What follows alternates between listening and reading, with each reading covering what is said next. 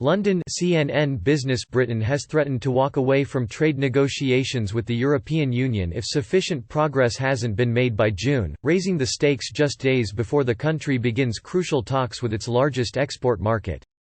Negotiators will sit down Monday for the first round of discussions on a trade deal between the United Kingdom and the European Union after the two sides staked out sharply divergent positions this week on what should happen when a Brexit transition period expires at the end of 2020. The British government on Thursday committed itself to pursuing a basic free trade agreement that would maintain zero tariffs and quotas on goods but still introduce new friction at borders, an outcome long feared by business. Prime Minister Boris Johnson said the broad outline of such an agreement must materialise quickly. If that does not seem to be the case at the June meeting, the government will need to decide whether the UK's attention should move away from negotiations and focus solely on continuing domestic preparations to exit the transition period in an orderly fashion, the government said in its negotiating mandate. Failure to reach agreement could subject companies in the United Kingdom to steep new tariffs, threaten their supply chains and make their products and services more expensive.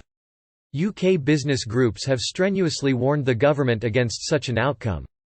Trade negotiations rarely begin with both sides singing from the same hymn sheet, yet tensions between the European Union and the United Kingdom have increased dramatically in recent weeks, with Brussels accusing London of reneging on key aspects of an earlier political agreement on how trade should be handled after Brexit.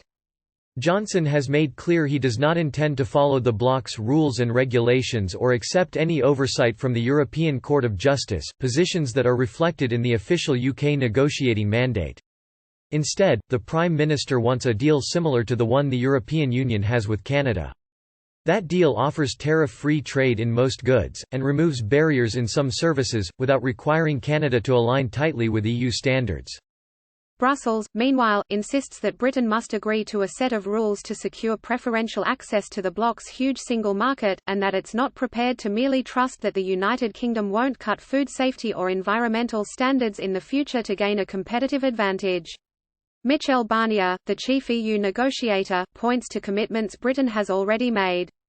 According to the political declaration that accompanied the treaty governing Britain's exit from the European Union, both sides agreed that their future relationship must ensure open and fair competition, encompassing robust commitments to ensure a level playing field by upholding existing standards in the areas of competition, employment, government support for companies and climate change.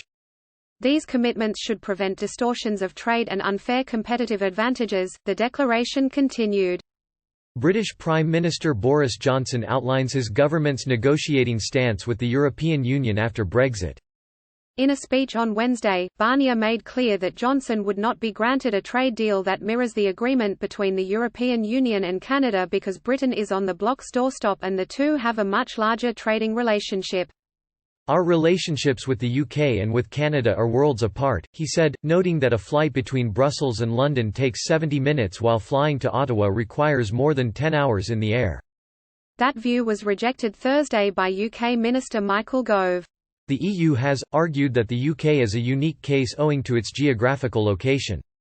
Proximity is not a determining factor in any other free trade agreement between other neighbouring states with large economies. It's not a reason for us to accept EU rules and regulations, he said. Even if Brussels and London are able to make early progress in negotiations, several other contentious issues including fisheries policy threaten to derail talks. Britain wants complete oversight over its fishing grounds, with annual negotiations over how much access should be granted to EU fishing fleets. Companies that have already endured nearly 4 years of uncertainty since the Brexit referendum in 2016 are desperate for closure.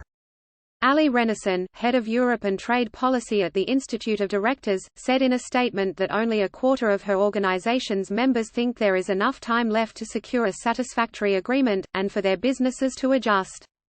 Both sides must now work flat out from now to bridge the gap and secure a deal, she said. James Frater contributed reporting.